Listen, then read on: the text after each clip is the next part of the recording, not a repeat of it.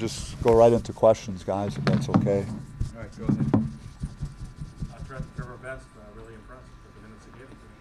Yeah, he was a bright spot. I usually don't talk real positively after a game with singling somebody out, but yeah, it was easy to say like that kid was in high school in December and got to us and hasn't had a lot of time to really adjust to being here and playing this level. And so that was certainly a bright spot. When did you find out that you didn't have? I'm just glad he's healthy too after the game, by the way. When did you find out you wouldn't have Mason? That was a tough one because it was like yesterday he came in and he didn't practice, but he didn't look good. We watched film. He watched the film part of getting ready, and then he left, and we sent him home. And then he was again at film at shoot around, and he didn't do anything either. But I thought he was going to play, and then he just was really sick all afternoon, and he called me late in the afternoon, and I found out that he was. And I can't risk sending someone out that can't go. That's why I shut Adam Miller down, because he wasn't moving good. So in the second half, he got a couple of minutes out there, and he wasn't looking right. So yeah. Just kind of adds to everything. Yeah, the universe is talking about something right now to me, and I don't know what it is. Anything new on JQ? JQ was certainly out tonight. He's going to be out on Saturday as well. He's got a right knee, and his family is just doing their due diligence with the medical, and we're not sure or going to put a timetable on when he'll return. It looked like only half of the team came out for the anthem, kind of rest out there. That kind of feel like a sign of things to come. I'm not sure what you mean by that.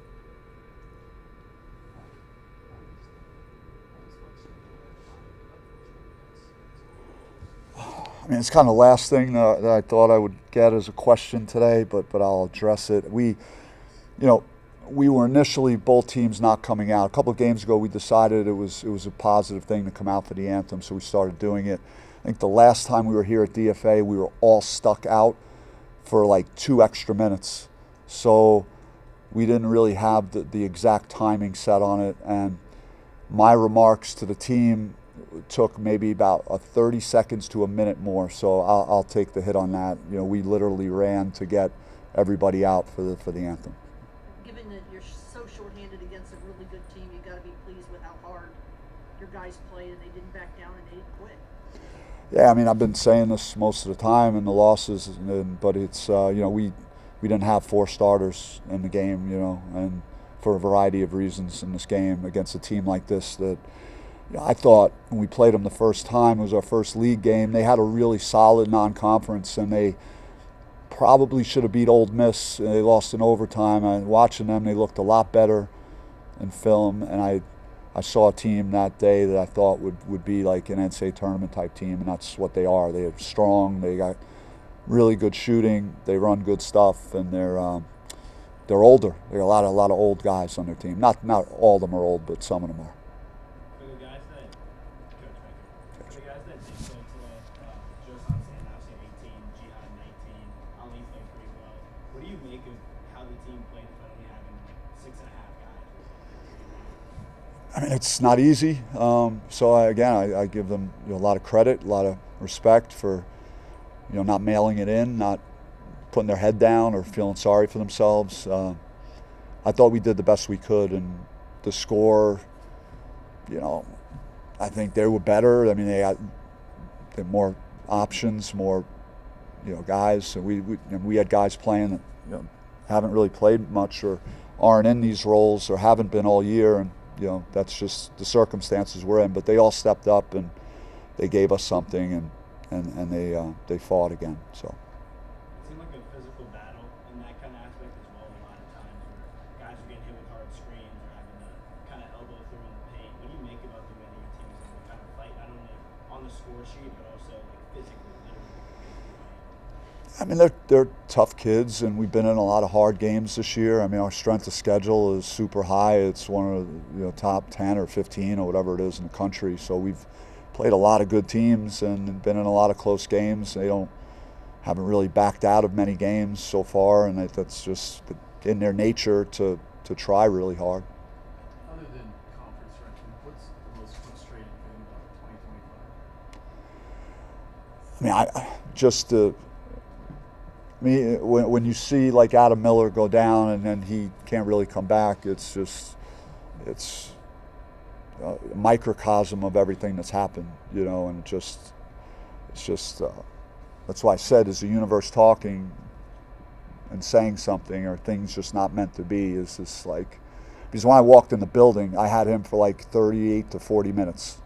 If he's not in foul trouble, like knowing who's going to be out and not available and all the stuff, like, and then he goes down like really early. So it's just, I'm scared to wake up. I hope I wake up tomorrow. I hope I will, but I'm scared to see what tomorrow brings.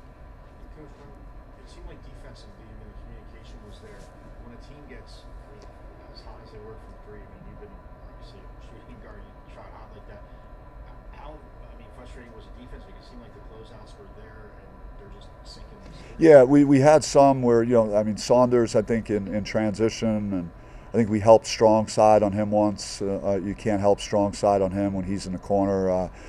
And Nell, we had miscommunication. He lined up a wide open one on the right wing, but so there were some that we, didn't handle well defensively. But obviously they're playing very confidently. They're a very good team. They're older. They had a bunch of guys come back, and they sort of know each other very well. They trust each other. I mean, they're a very good team. What was the dialogue you had with the refs on the technical that I don't really want to get into it. I was fired up, tonight, maybe a little more than I've been the last like 5 or 6 games. There've been a lot of hard things happening in our program, and I think I might have been a little bit too emotionally charged. But they were good tonight. I think it was a really, I feel like, a well officiated game tonight.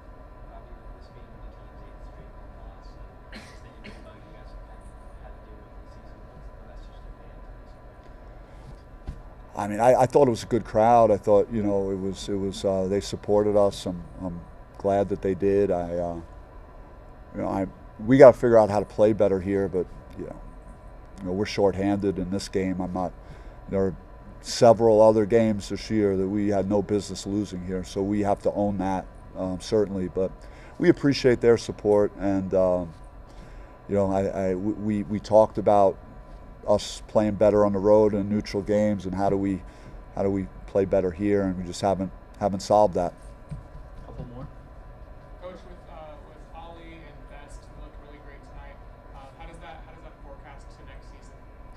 I mean, the Sun Devils should be happy about Best. I mean, you throw him in there ice cold, and he hasn't had a ton of practice, because, to be straight with you, like, we played well at Kansas State because we practiced well, like, for 2 days, and we had full complement of players. I can't even practice anymore because I can't afford to get any of the 6 guys, and now we could certainly add Trevor to that mix, but this late in the year, with all that's gone on here, just can't afford to get anybody injured. So he hasn't had a lot of time to get reps either. So for him that's a testament to his working on his game and getting extra work in after practice, and getting ready to play. Like, he wasn't scared out there and played fearlessly. So I'm excited for the future for him, for sure.